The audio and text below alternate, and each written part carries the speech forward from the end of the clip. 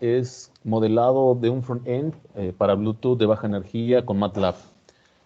Como ya lo comentó el doctor Luis Abraham, mi principal área de trabajo es el diseño de circuitos integrados. Entonces, modelar un sistema antes de poder diseñarlo es una etapa bastante importante para nosotros.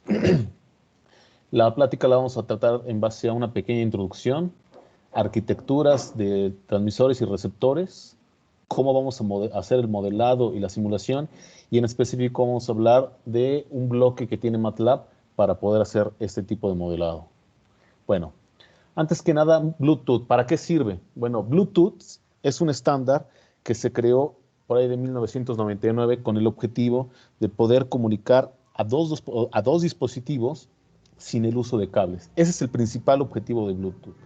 Bluetooth a lo largo de estos años ha ido evolucionando de tal forma que ha aumentado su velocidad de transmisión, su distancia, su alcance en conexión, pero siempre ha tenido esa intención. Comunicar a dos dispositivos es una conexión de punto a punto, ¿vale? En la actualidad, bueno, las aplicaciones que tiene son muchas que van desde la medicina, deportes, la industria del audio, que es de lo más común que hay, wearables, entre muchas otras aplicaciones. La primera versión, como les digo, apareció en 1999 y su primera versión fue creada en Ericsson, en Suecia. Curiosamente, esta primera versión, la 1.0A, no fue una versión buena. Tuvieron que pasar alrededor de 2 años para poder tener la primera versión estable, que fue la 1.2, y esta versión ya fue capaz de poder utilizarse en dispositivos USB para poder hacer las respectivas comunicaciones.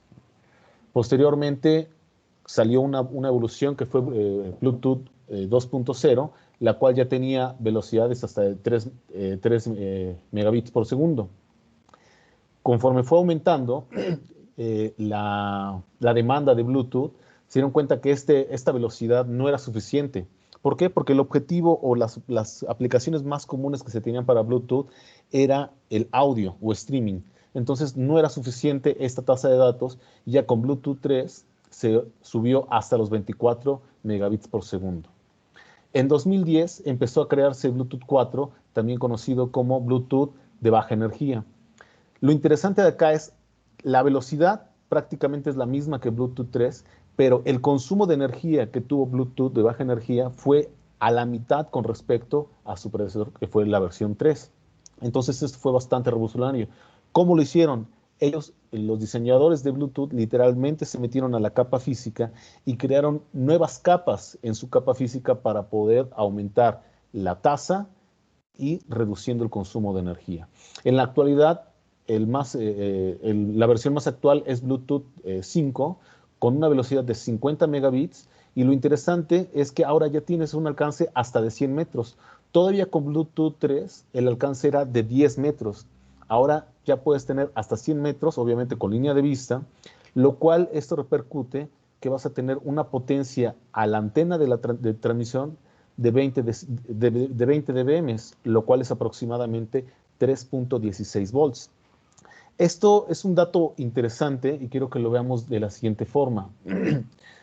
Resulta que yo acá voy a tener lo que viene siendo mi transmisor conectado hacia mi respectiva antena. Y entonces la antena tiene que radiar acá, como ya lo quedamos, 20 dBm, que son aproximadamente 3 volts. Si nosotros consideramos que este transmisor tiene una eficiencia del 50%, eso significa que su fuente de DC, ¿vale? Acá tiene que ser por lo menos el doble de esos 3 volts que son hasta acá. Entonces sería 9 volts por lo menos con lo que yo tengo que alimentar a este circuito, ¿vale? Entonces este ya es uno de los requisitos que nosotros debemos empezar a modelar para saber cuál es la batería que yo voy a tener que utilizar para la distancia que yo quiero llegar. Si por alguna razón esta distancia de 100 metros no me interesa, yo quiero diseñar un transmisor de Bluetooth de corto alcance. El corto alcance llega hasta, perdón, acá una disculpa, es 10 metros, hasta 10 metros, y con 10 metros necesito 0 dB, lo cual implica una potencia o un voltaje en la antena de 316 milivolts, con lo cual el voltaje de la batería se puede reducir mucho, mucho en este aspecto. Entonces, esto es algo muy importante a considerar porque es parte de lo que vamos a empezar a modelar para saber qué requisitos va a tener nuestro receptor. ¿vale? Acá algo bien interesante. Estamos diciendo que acá tenemos 3 volts, ¿no? A la salida en la antena. Pero si ahora yo pongo acá mi receptor, ¿no? Y acá mi antena receptora, acá mi antena receptora, esta, para estos 100 metros o 10 metros, la potencia mínima que debe de tener, que es un requisito que nos pide el estándar, es menos 80 dBm, que es aproximadamente 3 microvolts. Entonces, se dan cuenta, es un voltaje muy, muy pequeño. Entonces, también ya desde acá empezamos a hacer nuestros respectivos cálculos para saber cuánta energía vamos a necesitar para polarizar y encender nuestro respectivo transmisor o receptor.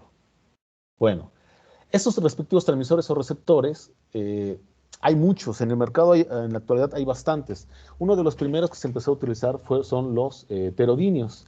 Los heterodinios básicamente están compuestos por un amplificador de bajo ruido, el cual tiene como objetivo amplificar lo más que se pueda de la señal que se reciba en la antena, ¿sí? Y limitar el ancho de banda de tal forma que el ruido que se está integrando sea la menor cantidad posible. Y entonces, acá a la salida, tú tienes una señal limitada en ancho de banda y por lo tanto con un ruido integrado limitado, pero con la mayor amplificación posible de la señal que está pasando. Posteriormente, tenemos el mezclador, que es el que se va a encargar de llevar la señal de RF hacia una frecuencia intermedia o banda base, dependiendo del diseño. Y finalmente tenemos un amplificador de potencia que tiene como objetivo de todavía darle mucha más ganancia a la señal, pero ahora que está en banda base, ¿sí? Ese es el objetivo de este receptor superheterodíneo. Obviamente este es de los primeros y tiene muchas ventajas, pero también tiene bastantes desventajas. Posteriormente, uno de los que siguen, o de los más comunes, es el Hartley o el Weaver, el cual soluciona el problema que tenía el superheterodíneo. El problema principal de esos dos, del receptor anterior es la frecuencia de imagen.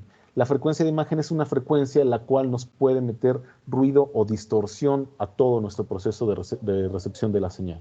Entonces, ¿cómo se soluciona este problema? Utilizando señales en cuadratura. Estas señales en cuadratura lograron hacer que se rechazara esta señal.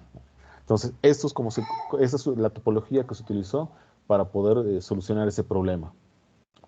Otra que también es muy común es la de 0 y F, donde también utiliza la cuadratura, ¿sí? Pero como se pueden dar cuenta, ya no hace el desfasamiento que se hacía en esta parte, ¿vale? Simplemente se manejan la trayectoria de I, perdón, y la trayectoria de Q por separado, ¿vale? Y finalmente, Low y F, que es muy parecido a 0 y F, con la diferencia es que 0 y F la señal la lleva hasta banda base y Low y F lo lleva hasta frecuencia intermedia. Un pequeño resumen de estas arquitecturas. Bueno, acá podemos ver que los heterodinios tienen un buen rendimiento, son bastante buenos, tienen una buena flexibilidad en su frecuencia y no tienen ruido en DC o uno en F.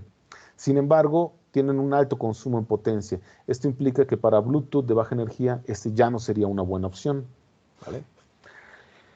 El Hartley o el Weaver, podemos ver que tienen la ventaja de que son de bajo costo porque son pequeños, no tienen problemas de ruido de DC o de offset y son altamente integrables ya que son relativamente sistemas pequeños. Sin embargo, tienen su desventaja de que utilizan cuadratura, ¿vale? O sea, utilizan señales sinusoidales y cosenoidales, o sea, tienen un desfase de 90 grados. Si ese desfase de 90 grados no es constante, pueden empezar a tener problemas. Y el Hartley tiene problemas para poder trabajar en banda angosta. Bueno, perdón, solo puede trabajar en banda angosta. Entonces, tiene esas pequeñas desventajas. El 0 y F podemos darnos cuenta que tiene prácticamente las mismas ventajas que el Hartley Weaver, ¿vale? Incluso el Low y F también. Básicamente el Hartley, Weaver, 0 y F y Low y F tienen casi las mismas ventajas, mejorando ciertos detalles, pero también tienen las mismas desventajas. La cuadratura. La cuadratura básicamente va a ser un problema, aunque pareciese que la cuadratura es un problema, pero la verdad es una muy buena opción para poder rechazar la frecuencia de imagen. Con respecto a los transmisores, bueno, los transmisores prácticamente los esquemas son muy parecidos a los que acabamos de presentar en los receptores, con la diferencia de que ahora la entrada es en baja frecuencia y la salida es en alta frecuencia, ¿vale? Entonces, por ejemplo, es el transmisor superheterodyno, es idéntico al receptor, y acá básicamente tienen, por lo tanto, las mismas ventajas, ¿vale? Pero también tienen las mismas desventajas. Por lo tanto, un heterodyno tampoco es una buena opción ni para transmisión ni para recepción de Bluetooth. Y el Direct Up o el de dos pasos tienen la ventaja de que son de bajo costo, no tienen problemas de imagen ambos, ¿vale? Pero siguen teniendo con los problemas de la cuadratura para ambos, ¿vale? Entonces es algo en lo cual se tiene que trabajar. Bueno, entonces como se pueden dar cuenta, acá hay varias opciones.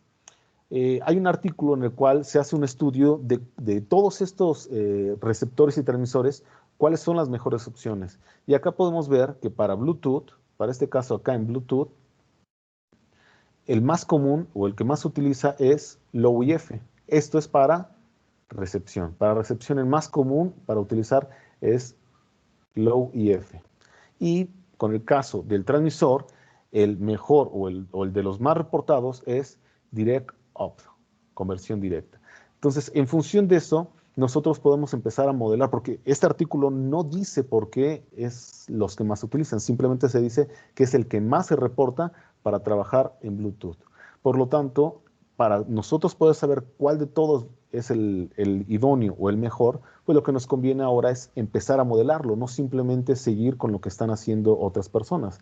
Entonces, acá nosotros vamos a empezar a utilizar el modelado de todos estos bloques que habíamos presentado anteriormente.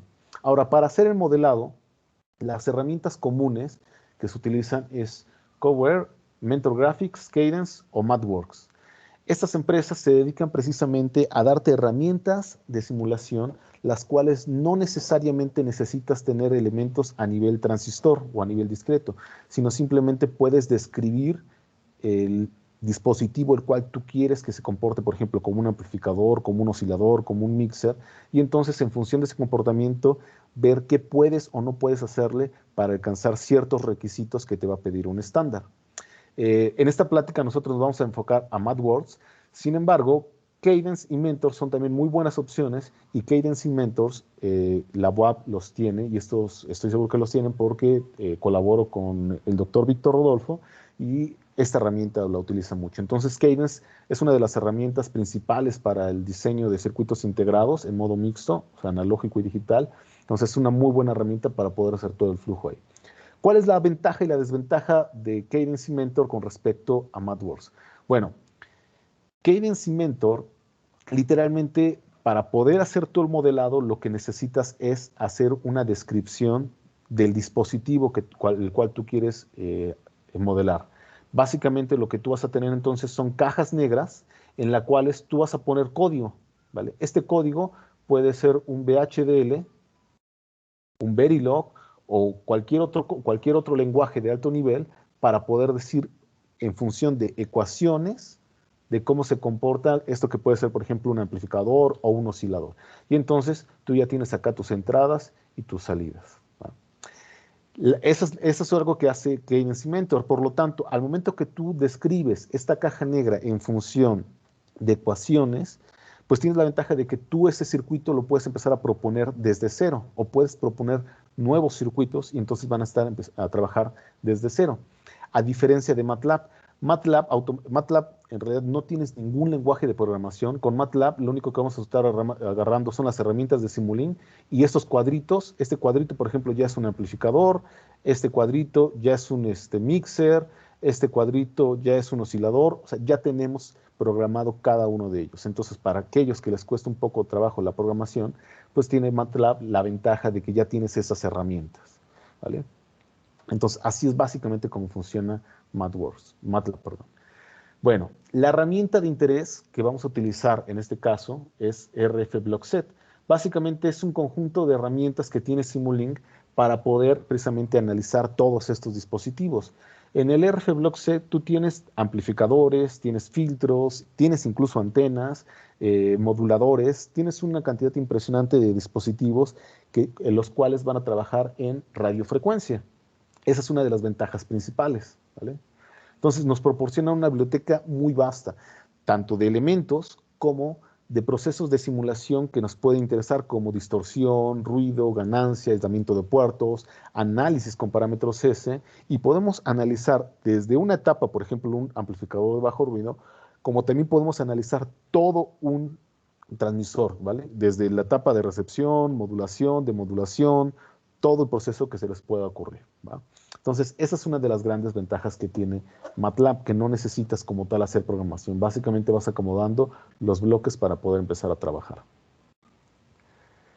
Algo muy importante, que en su momento cuando yo empecé a trabajar con esta parte de MATLAB, son estos dos elementos. Resulta que MATLAB, debido a que es una librería especial que se creó hace poco, y algo muy importante que trabajamos en RF son las impedancias, la impedancia de entrada y la impedancia de salida de cada uno de los bloques.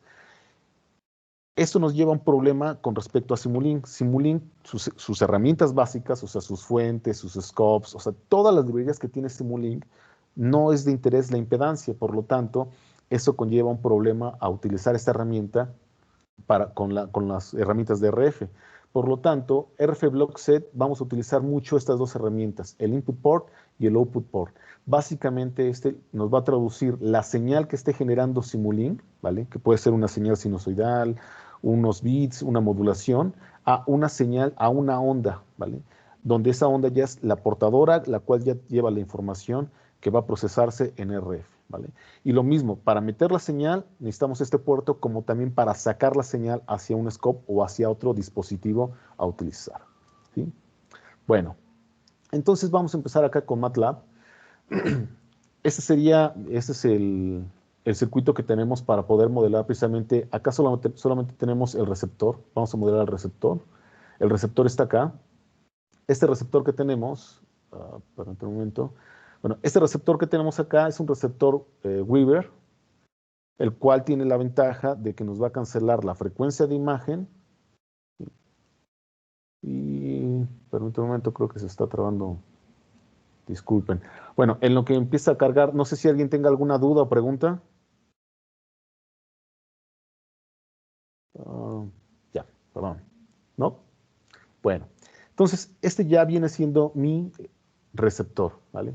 Como les acabo de comentar, algo muy importante para el receptor es tener este puerto. Y este puerto de entrada, básicamente acá en RFIN, lo que estoy haciendo es generar señales, ¿vale? Para poder meterlas a todo este receptor. Este es un filtro, el cual, acá cargamos los parámetros S, es un filtro que se midió y se sacaron en un archivo Touchstone, y entonces ese archivo Touchstone se puede cargar en MATLAB.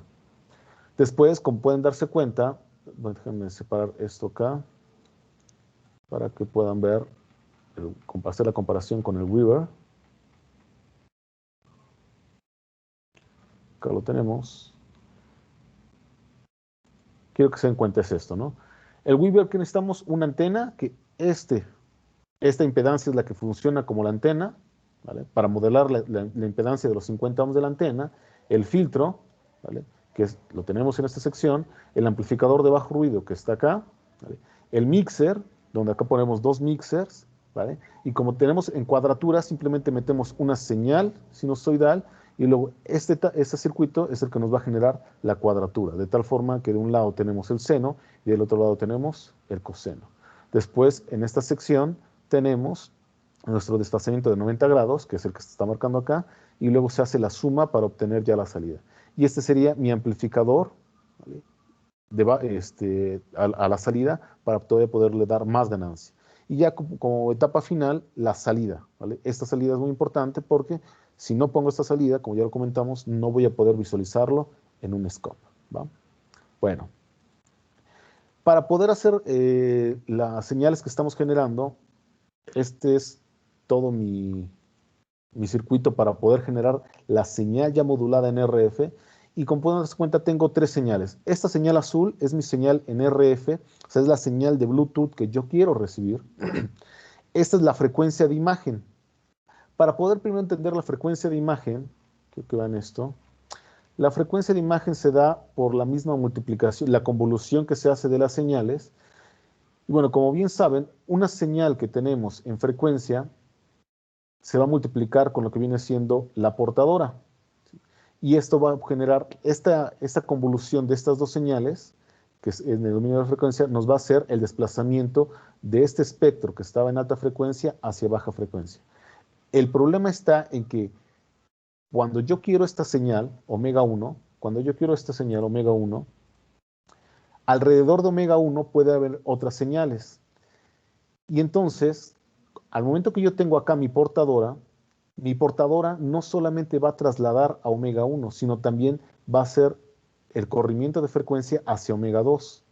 La frecuencia de imagen es problemática para este caso, cuando la portadora está exactamente en medio de omega 1 y omega 2. Cuando está exactamente en medio de estas dos frecuencias, lo que va a suceder es que este componente y esta componente van a estar completamente encimados. Y eso es un problema porque entonces ya voy a tener completamente distorsionada o corrompida la información que yo quiero, ¿vale? Ahora, ¿por qué el Hartley-Weaver logran cancelar esta frecuencia de imagen? Bueno, resulta que al momento que nosotros tenemos una señal sinusoidal y una señal cosenoidal, en el espectro positivo sí vamos a tener la portadora positiva, pero en el espectro negativo vamos a tener la portadora negativa. Por lo tanto, cuando se haga la convolución de este espectro me va a quedar negativo, y entonces cuando tenga este negativo con este negativo, se van a cancelar. Entonces, esa es la gran ventaja de poder rechazar la frecuencia de imagen. Bueno, de esa forma el Weaver cancela precisamente esa frecuencia de imagen, haciendo ese desplazamiento y luego haciendo la resta de esas dos señales. Entonces, por eso tengo acá una frecuencia de imagen para comprobar que sí estamos cancelando la frecuencia de imagen. Y finalmente también tengo una señal de distorsión, ¿ok? Como podemos darnos cuenta en este ejemplo, en este primer caso, este armónico y este armónico cuando se trasladan se mantiene la misma distancia en espacio. Sin embargo, puede acercarse bastante, como podemos verlo acá. Pueden acercarse bastante las señales, de cierta forma que pueden interrumpirse entre ambos, lo cual no es bueno. Entonces, también tenemos el filtro selector de banda, es el que nos va a impedir que pase esta sección, ¿no? Entonces, por eso también metemos una señal acá para poder hacer el análisis de que nuestro filtro está limitando bien la banda de interés, ¿va? Bueno, básicamente acá es para poder generar la oscilación. Y finalmente, en esta sección, acá tenemos estamos convirtiendo la señal que estamos recibiendo, la estamos convirtiendo para poder hacer nuestro análisis de cuántos bits llegan con error. Entonces vamos a hacer la simulación de este circuito. ¿Hasta acá alguna duda, compañeros? ¿Preguntas? No. Ok. Acá antemano una disculpa. Últimamente ha estado un poco lenta mi computadora. Ya. ¿Qué los tenemos? Está simulando. Ok. Y ya. Básicamente, esta es la señal que está entrando, donde la señal amarilla es la señal de RF, que es la señal que nosotros queremos, ¿sí? La señal azul es la frecuencia de imagen, o sea, básicamente esta es la señal amarilla y es la señal azul, la frecuencia de imagen, y estas son señales de distorsión, señales que no queremos, pero como ya vimos, pueden acercarse bastante a mi señal de interés y entonces eso me puede meter en problemas, ¿no? Bueno, ahora vamos a empezar a hacer ciertas pruebas. Lo que me interesa es conocer este receptor, qué le puedo o qué no le puedo hacer, ¿vale? Bueno, algo muy importante, que de las cosas importantes que se tiene que hacer en RF, o el análisis en RF o en el diseño en RF, es la linealidad y el ruido. Donde la linealidad, ¿qué es? Bueno, todos los circuitos que se utilizan para amplificar son elementos que nos generan un elemento de no linealidad. ¿Por qué? Porque sus ecuaciones son no lineales, ¿vale? Por ejemplo, en el caso del transistor MOS es una ecuación cuadrática. En el caso del BJT es una corriente exponencial y así sucesivamente. Entonces, al momento que yo meto una señal, la cual esta señal es una señal lineal, o sea, está compuesta por un solo tono, y la meto a estos dispositivos que son no lineales, me va a generar una cantidad inmensa de armónicos, ¿vale? O sea, me la empiezan a distorsionar. Acá nosotros necesitamos saber cuánta distorsión me va a generar este circuito, porque entonces yo voy a tener muchos problemas para poder recibir la señal si está demasiada distorsión, si tiene una distorsión muy grande.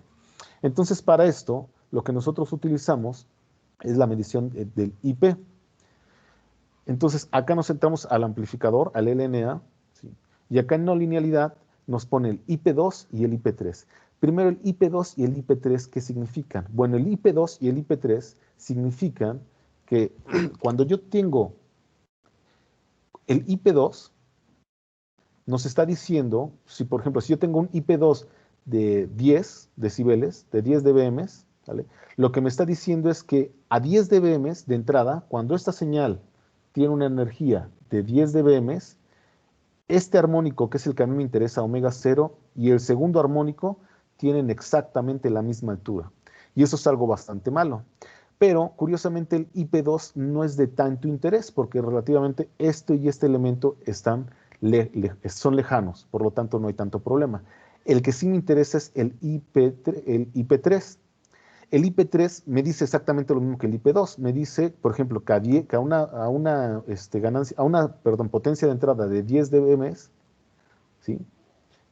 El de tercer orden, que es este, y el fundamental tienen la misma amplitud. El problema acá está, y por qué este sí es importante, el problema está es que cuando nosotros desarrollamos las ecuaciones de la linealidad de este circuito, nos vamos a encontrar que la amplitud de la potencia total de es igual a la amplitud de entrada de primer orden más 3/4 partes de la amplitud de tercer orden, o sea, de esta. Y entonces, si estoy diciendo que a 10 dBm estas dos señales son iguales, significa que de la potencia total de la señal, 3/4 partes, o sea, el 75% es distorsión de mi señal de interés. Entonces, si se dan cuenta, ya perdieron el 75% de su información, porque todo lo demás ya va a estar distorsionado. Entonces, este es un parámetro de suma importancia para poder saber cuánto es la máxima energía que va a poder entrar en esta sección, ¿vale? Un caso muy común, ustedes a lo mejor se les hace complicado entender eso, ¿no? ¿Qué es la distorsión? Algo muy común de verlo es, yo estoy muy seguro que la mayoría de ustedes han visto que hay en los cruceros o en la Fayuca bocinas Bluetooth muy baratas relativamente, de 200, 300, 400 pesos, pero también de repente vas a un centro comercial y ves que estas bocinas Bluetooth llegan a costar 1,000, 2,000, 3,000 pesos, o sea, su precio se va a valores muy, muy altos. Y tú de repente no entiendes cuál es el problema, pero resulta que cuando compras esta bocina económica y que la conectas a tu celular y en tu celular le subes todo el volumen, o sea, estás llegando a la máxima potencia, a la salida de la bocina, en lugar de estar escuchando una canción, perdón, clara, nítida, con voces claras, guitarras claras, o sea, un sonido nítido, lo que está pasando es que ni siquiera entiendes las voces, todo escuchas que está encimado, no logras diferenciar o no logras apreciar la canción que tú puedas estar escuchando en ese momento. Bueno, ese problema se genera debido a esto. Esa bocina no se diseñó con el debido cuidado de tal forma que soporte la máxima amplitud o la máxima potencia que te va a dar el transmisor, que en este caso podría ser tu celular, ¿no? El máximo volumen que tú puedes dar, por ejemplo, serían estos 10 dBm, pero resulta que este circuito, a los 10 dBm de entrada, te está generando el 75% de distorsión en la señal. Por ese motivo es que en tu bocina escuchas todo muy feo, no logras comprender las voces y entonces lo que tienes que hacer en tu celular es bajar el volumen para poder escuchar mejor. Ese es el objetivo de poder caracterizar la linealidad. Bueno, entonces vamos a ver acá cuánta linealidad nos soportaría este. Si por alguna razón, déjenme abrir estas, por alguna razón, quiero que vean cómo se va a ver acá. Esta es la señal que yo estoy metiendo acá. Ahorita, perdón, acá. Ahorita me está diciendo que esta señal tiene una potencia de -70. Vamos a decir que le voy a dar una ganancia mayor a este generador. Vamos a decirle que tenemos una ganancia de -30 y quiero que vean qué es lo que va a pasar. Pero primero vamos a ver cuánta potencia nos está generando este transmisor. Ok, nos está generando una potencia de -2 dBm. Ahora vamos a ver qué linealidad es la que le pusimos nosotros a nuestro respectivo, receptor. Acá algo bien importante.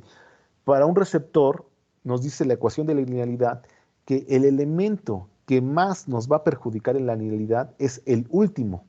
Eso significa que a este circuito lo puedo descuidar en linealidad o no es necesario que le ponga tanta atención, a diferencia de este. Y ahora vamos a comprobar lo que nos dice la teoría. Bueno, primero vamos a ver, este nos dice que tiene una linealidad del IP2 infinita, porque les digo, no es problemática para esta etapa, y nos dice que tenemos -5 para esta etapa. Pero vamos a ver cuánto nos dice que tiene esta etapa. La linealidad acá nos dice que tiene -10. Se dan cuenta, este es menos lineal. Vamos a decir que, por ejemplo, acá tiene -20. Vamos a hacerla una linealidad muy, muy mala. Y vamos a ver qué pasa. Quiero que se den cuenta cómo va a empezar a verse esta señal que está acá. Perdón, no, la que está acá en la parte de acá arriba, que es a la salida.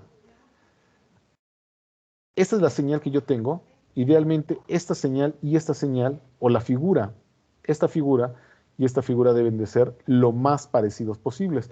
Cuando empiezan a cambiar de forma, es cuando empezamos a tener la distorsión. Ya no empiezan a ser iguales. Entonces se dan cuenta, cuando yo modifique la linealidad de acá, prácticamente esta y esta siguen siendo casi las mismas. Pero vamos a ver qué pasa ahora cuando a esta etapa yo decremento la linealidad y en lugar de -5, vamos a decirle que tenemos -20, una linealidad de -20. Y vamos a ver ahora cómo acá a la salida se va a ver un espectro mucho más feo. Este espectro ya no debe de parecerse tanto a este que está acá. Se dan cuenta, acá tengo varias variaciones y en esta parte ya no empiezo a ver. Y ahora acá algo bien interesante, me empiezan a salir estas secciones en esta parte, que esto se le conocen como intermodulaciones, ¿vale? Entonces, esto es algo malo, esto no me sirve. Ahora, ¿cómo puedo eliminar esto? Bueno, aumentando la linealidad de mi última etapa. Vamos a decir que este circuito tiene una linealidad muy buena, ¿vale? Vamos a decirle que tiene una linealidad de 20. O sea, es un circuito, un amplificador muy, muy bueno, que tiene un rango dinámico libre de productos de intermodulación muy, muy bueno. Y entonces ahora esos productos deben de empezar a desaparecer, ¿vale? Ahora, esta ya es mi señal pura, ¿vale? Quiero que se den cuenta que esta sección que está acá, esta es la misma que está acá, con estos armónicos que están acá. ¿Sí lo pueden ver? Esta parte. Entonces ya empezó a trabajar relativamente mejor.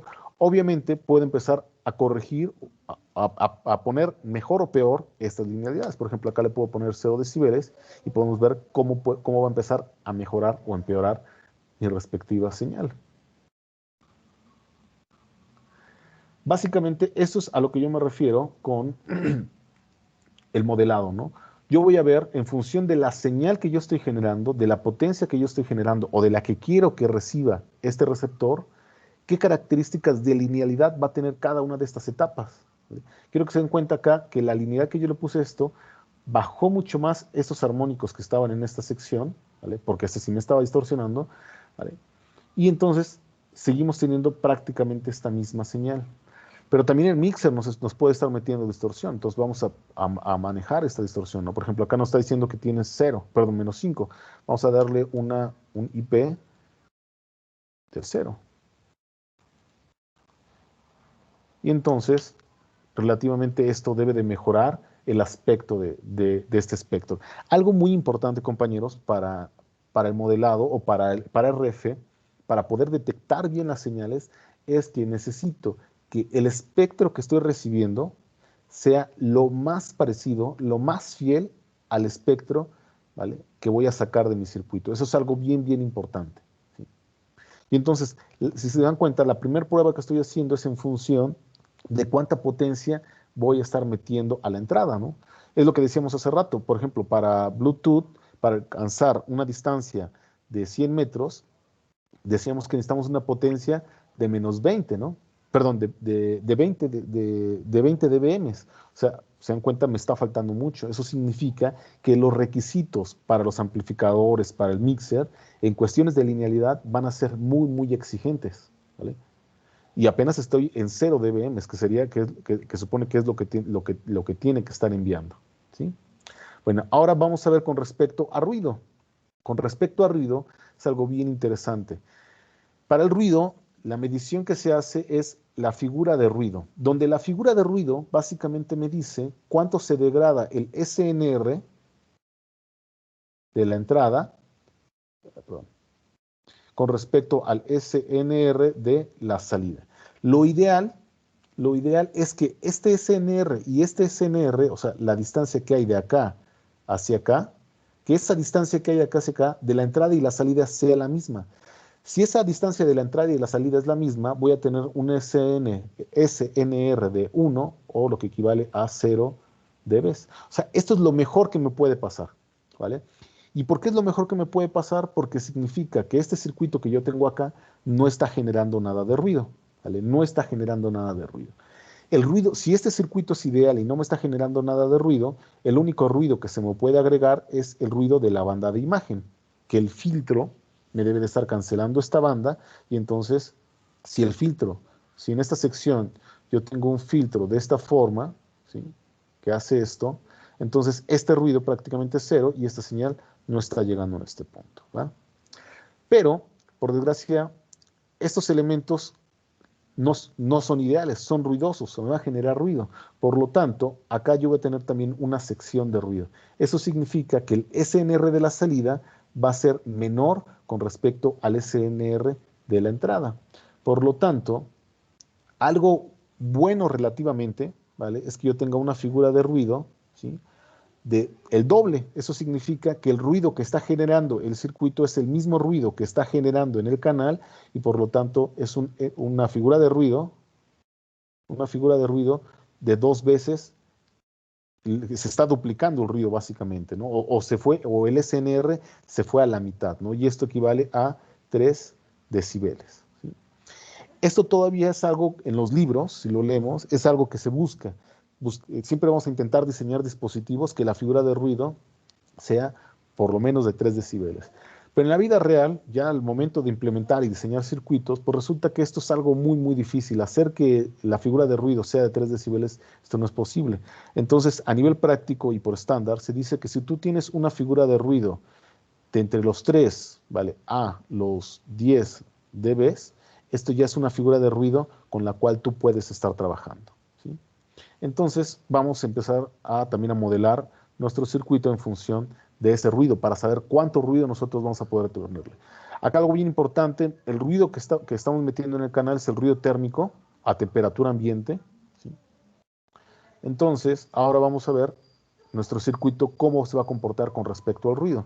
Con respecto al ruido, algo muy importante que nos dice la teoría es que la primera etapa es la más importante, ¿sí? La primera etapa es la que menor contribución de ruido debe de tener. Entonces, esto tenemos que buscar que su figura de ruido sea muy, muy pequeña. Acá lo pusimos en algo ideal, ¿no? Pero vamos a ver qué pasa si su figura de ruido es de 10 decibeles. Entonces, bueno, pero primero vamos a bajar también la señal. La señal de entrada, si la tenemos muy grande, pues no se va a notar la diferencia de ruido, ¿no? Acá vamos a ponerlo de la ganancia de menos 100 para poder tener la señal. Y entonces ahora lo que vamos a empezar a ver es si todavía podemos detectar la señal a la salida. Quiero que se den cuenta, este receptor, ¿vale?, ahorita estamos generando menos 72 dBm, ¿sí?, es lo que está entrando a la antena. Estamos muy cerca del límite que nos pide el estándar. Esta es la señal que se está generando. Y quiero que se den cuenta cuál es la señal que está a la salida de todo mi transmisor. O sea, es una señal muy, muy pequeña, una señal muy, muy débil. Luego, idealmente acá debemos estar en menos 82. Vamos a bajar un poco más esta señal. Vamos a ponerlo acá, para estar cerca de lo que nos pide el estándar y ver si estamos cumpliendo y si no lo cumplimos, qué condiciones necesitamos tener para que el ruido siga, para que mis circuitos sigan trabajando con respecto al ruido.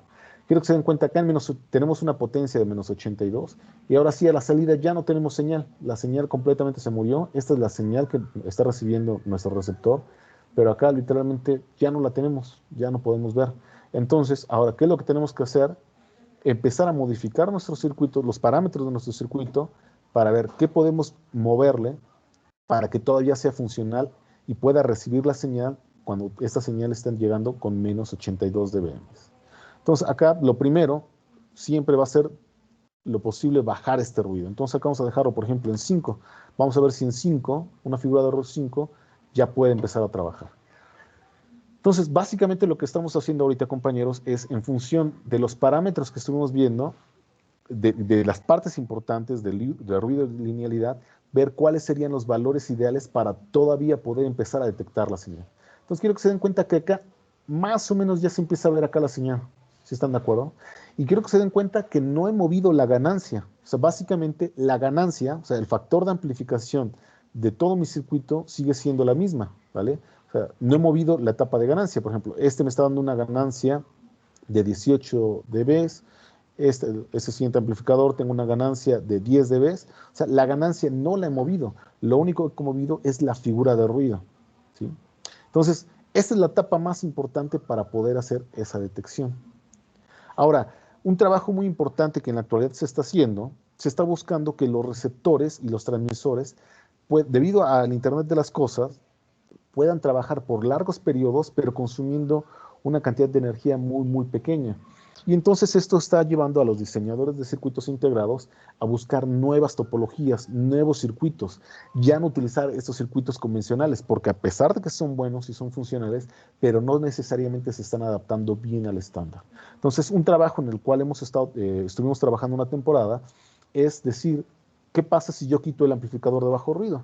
O sea, el LNA lo quito, y si lo quito, al momento que lo quito, automáticamente yo ya estoy consumiendo menos energía. ¿Por qué? Porque quité un elemento, el cual posiblemente no sea necesario. O sea, esta es nuestra hipótesis, ¿no? Posiblemente ese amplificador de bajo ruido no sea necesario, y entonces con este amplificador posiblemente yo pueda amplificar suficientemente la señal. Pero entonces, si este amplificador de bajo ruido ya no está, necesito ponerle ahora especial atención al ruido de estos dos elementos que son el mixer.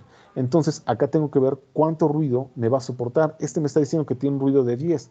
Vamos a ver si con un ruido de 5 logro mantener el mismo ruido, o mejor, el mismo valor de la señal que tenemos en esta sección. Entonces, volvemos a ejecutar la simulación y vamos a ver si está funcionando o no. Y si no funciona, vamos a ver cuánto más necesitamos bajar esta señal. Quiero que se den cuenta, literalmente, debido a esa parte que quitamos, la señal ya no la podemos ver. Está acá, se fue a un valor muy, muy abajo. O sea, este elemento no nos está ayudando. Entonces, tenemos una siguiente opción. Acá quiero que se den cuenta, los mixer no es un elemento que se dedique a limitar el ancho de banda y por lo tanto está pasando todo el ruido posible, ¿no? Pero quiero que se den cuenta que acá, en esta sección, es donde se está apreciando. Esta es mi señal. Mi señal acá está. Y está ligeramente más grande que el resto de los armónicos que se pueden apreciar acá, que son ruido, ¿verdad? Entonces, posiblemente, al momento que yo ya reduje el ruido acá, si yo amplifico simplemente yo el factor de amplificación en lugar de 10 lo llevo, por ejemplo, al doble, y también hago que tenga un ruido bajo, vamos a decir que el ruido también es de 5, y empezamos a ejecutar la simulación, posiblemente ahora yo ya pueda empezar a rescatar la señal. Básicamente eso es uno de los trabajos en los cuales estuvimos, compañeros, y a este tipo de circuitos le llamamos Mixer Field Receiver. Y quiero que se den cuenta, ya acá está nuestra señal, ya se puede ver. ¿Y qué es lo único que hicimos? Reducimos lo más que podemos el ruido de cada una de las etapas y propusimos que este circuito, el amplificador que estaba antes en banda base o frecuencia intermedia, ahora también va a funcionar como un amplificador de bajo ruido debido a que quitamos este circuito. Entonces, ahora este circuito lo vamos a llamar Mixer Field Receiver. ¿Por qué Field Receiver? Porque el mixer o el mezclador es el que está como primera etapa, ya no el amplificador de bajo ruido. Y este amplificador que estaba en esta sección ahora va a cumplir la función de reducir lo más que se pueda el ancho de banda para poder rescatar la señal. Y se pueden dar cuenta, ya tenemos una señal en esta sección. Y así podemos hacer muchas más pruebas, compañeros. Podemos ver cuánto nos va a tolerar la variación de la fase, si tenemos más o menos fase, si es que sí cancelaríamos la frecuencia de imagen y así sucesivamente, compañeros.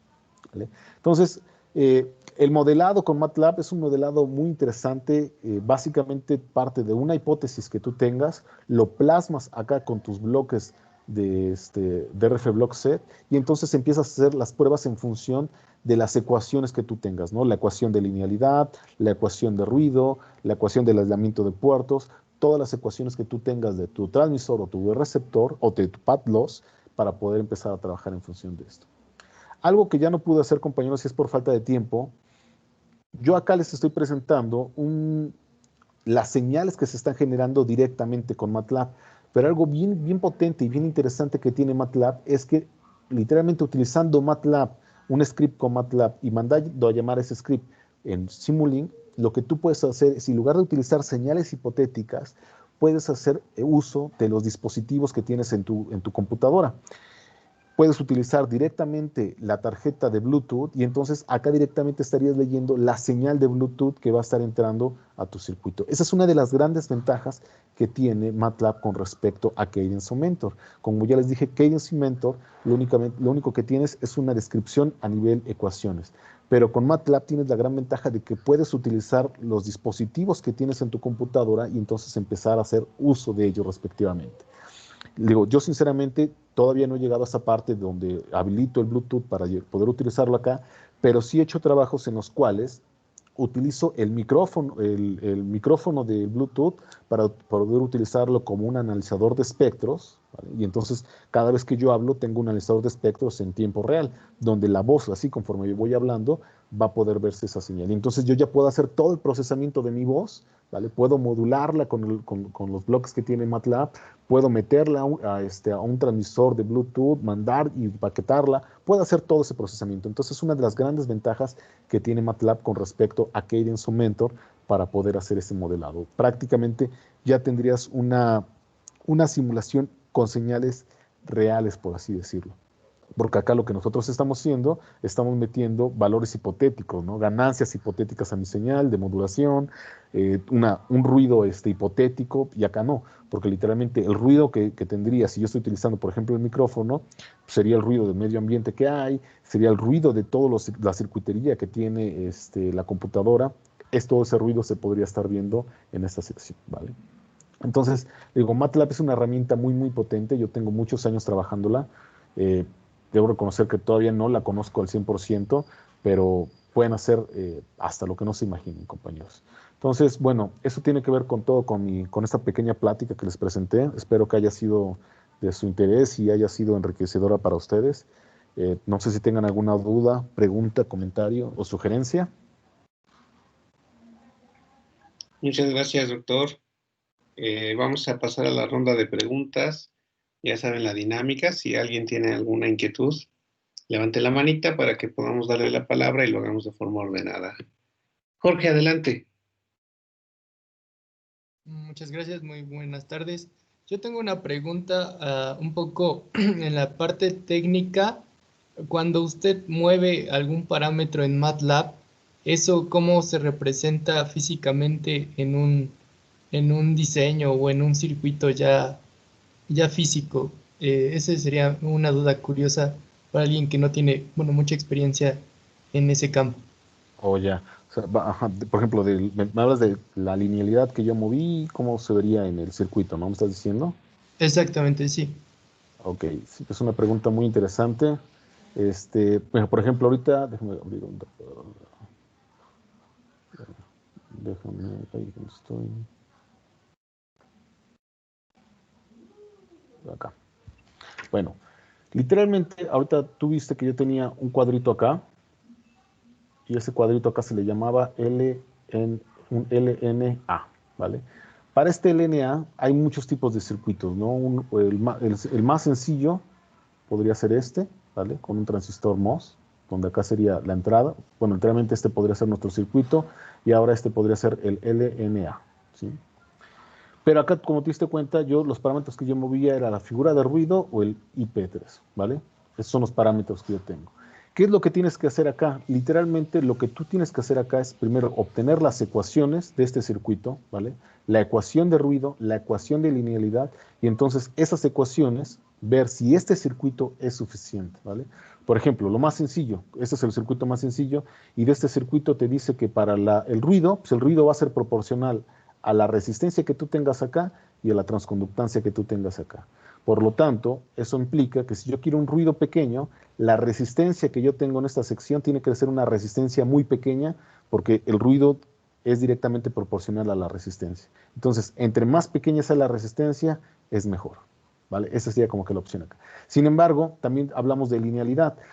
Este circuito automáticamente se sabe que es de los menos lineales y tiene más problemas. Por lo tanto, este circuito podremos decir que si queremos o necesitamos que sea altamente lineal, pues este circuito automáticamente ya lo descarto. Y entonces, ¿qué tengo que hacer? Pues tengo que buscar cómo solucionar que este circuito tenga una mejor linealidad.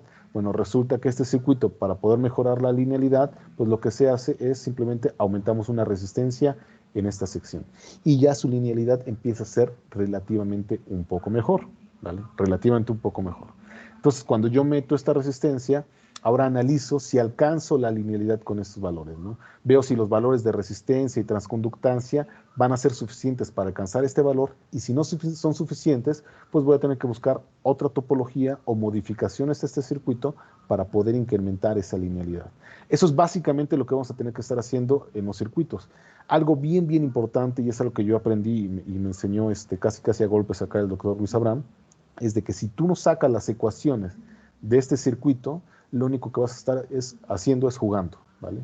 Para saber exactamente cuánto ruido va a generar, necesitas sacar bien esta ecuación. Para saber cuánta linealidad vas a tener, necesitas obtener bien esta ecuación. ¿Y cómo vas a sacar esas ecuaciones? Bueno, hay dos opciones, algo que se llama Taylor o Volterra. Son las dos opciones para poder hacer el análisis correcto de tu circuito, ¿vale? ¿Y cómo se hace? Pues básicamente es con análisis de circuitos, algo que aprendieron desde sus primeros cursos de electrónica, ¿no? Mayas, nodos, Thevenin, Norton. O sea, a pesar de que estamos hablando de circuitos que podríamos pensar que son complejos, o sea, ya un transmisor completo podemos pensar que es complejo, pero para poder hacer ese transmisor complejo, que en teoría lo que necesitamos hacer es irnos a las bases, ¿vale? Y las bases son el análisis de circuitos, ¿sí?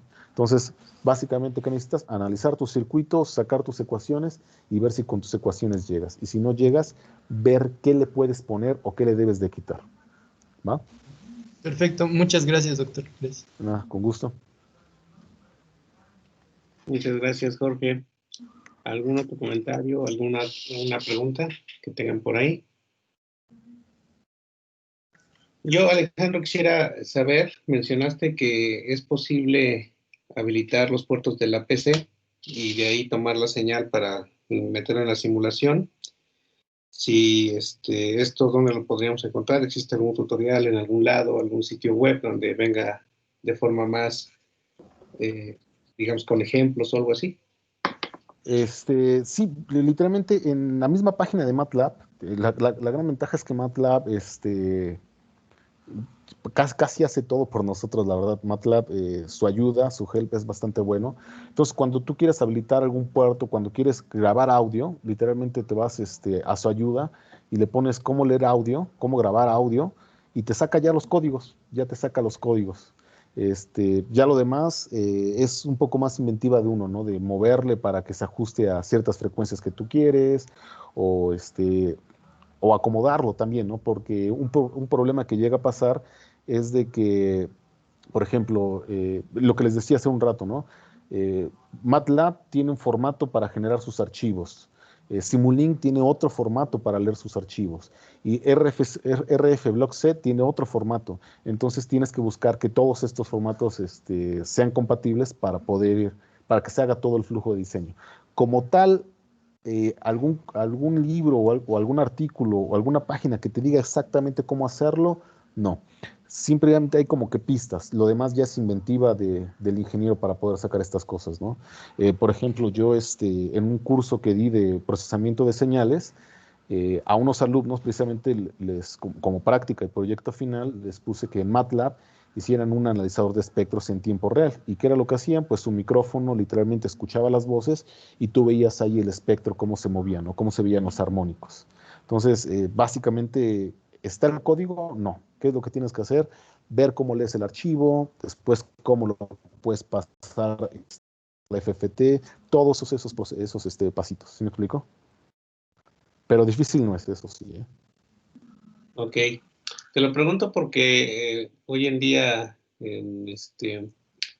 hay mucho interés, ¿no? Por el audio que se transmite por Bluetooth, casi todas las bocinas ya tienen esta función y es la que más vamos usando, ¿no? En headsets, en audífonos, en bocinas, y el carro no es la excepción. Pero desafortunadamente, pues la calidad de audio que tú obtienes con este tipo de salida de audio en Bluetooth, pues dista mucho de ser buena en comparación con otro tipo de salidas, ¿no? Sí. Hay una empresa que se llama Spark Microsystems, la debes de conocer, es canadiense. Es una empresa que fundó Michel Soer, del grupo de Nauta, y ellos te venden ahora una solución de banda ultra ancha, donde tú puedes mover el archivo inalámbricamente, pero no vía Bluetooth, sino vía banda ultra ancha, y eso te permite que el audio sea, por ejemplo, en formato WAV. Entonces le quitas toda la baja fidelidad de audio que te mete el comprimir en MP3, ¿no? Ujú. Entonces, bueno, ¿hacia dónde va mi comentario? Que sería interesante poder hacerlo, ¿no? O sea, poder, por ejemplo, sí, o sea, ocupar la tarjeta de sonido, pues no es algo difícil, ¿no? De hecho, es un comando, ¿no? Con el que tú puedes habilitar la lectura, pero no sé si se puede hacer con el Bluetooth, o sea, si tiene ese comando directamente MATLAB, así similar al de audio, que creo que es WAV-read o algo así, donde tú puedes decirle, quiero leer lo que está entrando por el puerto de Bluetooth. Sí, sí lo tiene, la verdad no lo recuerdo, déjame checar, la verdad sí lo tiene, porque incluso tiene el de no solo para Bluetooth, también para el Wi-Fi, literalmente cualquier periférico que tú tengas en tu computadora, lo puedes, lo puedes mandar a leer cualquiera, hasta precisamente el mismo teclado, ¿no? Que es algo tan sencillo, literalmente tienes acceso a cualquier periférico de tu computadora. Más que Y digo, una gran ventaja de acá, ¿cómo se llama? De MATLAB, es que la ayuda, digo, es impresionante, ya te da prácticamente instrucciones, ¿no? Y ejemplos de cómo hacer, ¿no? Por ejemplo, acá de conectar el Bluetooth, pues un clásico, vamos a ver acá en esta parte. Digo, eso sí, te debo reconocer que no lo he hecho, pero sí he visto prácticas que hacen esa parte, ¿no? Sí, de hecho, MATLAB ya se vuelve más pesado, más por los recursos, por la ayuda, que en sí por el programa, ¿no? Y bueno, la otra es, mencionabas algo que es muy cierto, ¿no? A veces es complicado comunicarte con las mismas, con los mismos bloques de Simulink. O sea, a lo mejor estás trabajando con una toolbox no sé, por ejemplo, esta de filtros, hay una de filtros o de funciones de transferencia, y a lo mejor no puedes directamente conectar, ¿no? Con algo que tú tengas de RF Block Set. Sí. Mencionabas los puertos, ¿no? O sea, todo lo que tú quieras meter a RF Block Set tiene que pasar por el puerto, ¿no? Sí. El puerto de entrada, y lo que se quiera sacar, tiene también su puerto.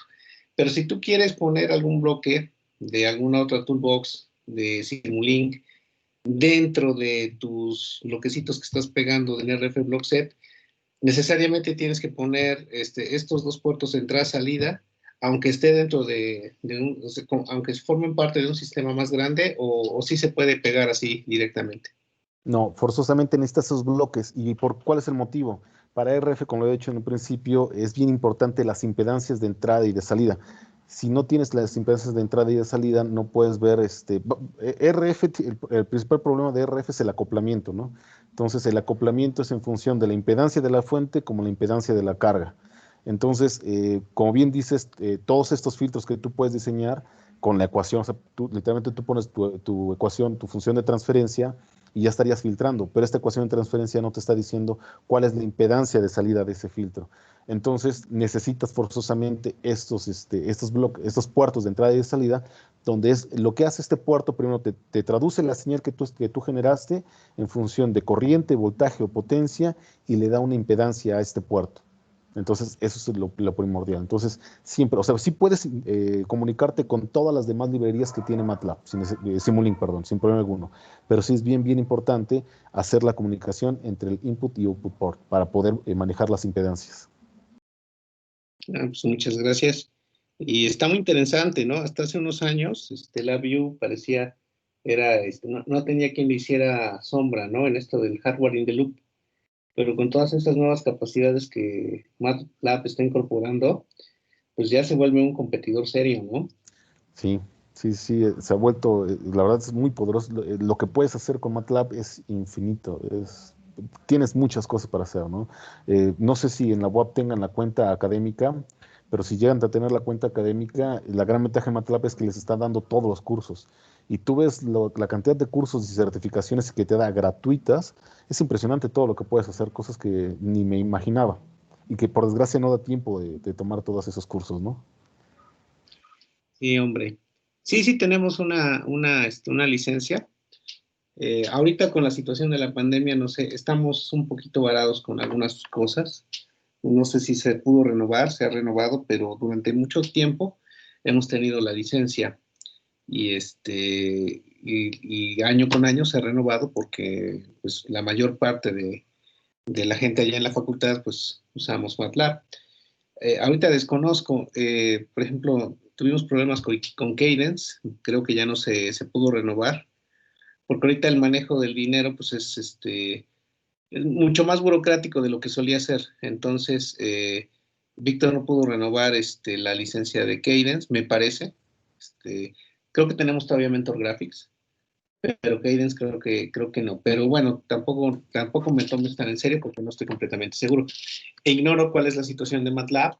MATLAB lo manejaba, me parece que posgrado, pero ya a nivel coordinación. Entonces, no sé si tuvieron la oportunidad de renovar. Es uno de los problemas que también nos trajo la pandemia, ¿no? Que todo el manejo de recursos, pues se volvió un poquito más un cuello de botella. Pero, bueno, seguramente si no se pudo renovar, en el año anterior, pues en este año se tendrá y se podrá volver a hacer, porque la facultad no es la única que usa MATLAB, pues tenemos las comunidades académicas computación, inclusive las personas que están en el área biomédica, en fisioterapia y biomedicina, ocupan mucho MATLAB para hacer modelado, entonces seguramente si no se tiene, pues se tendrá en el futuro cercano. Sí. ¿Alguna pregunta más por parte de los asistentes? ¿Algún comentario?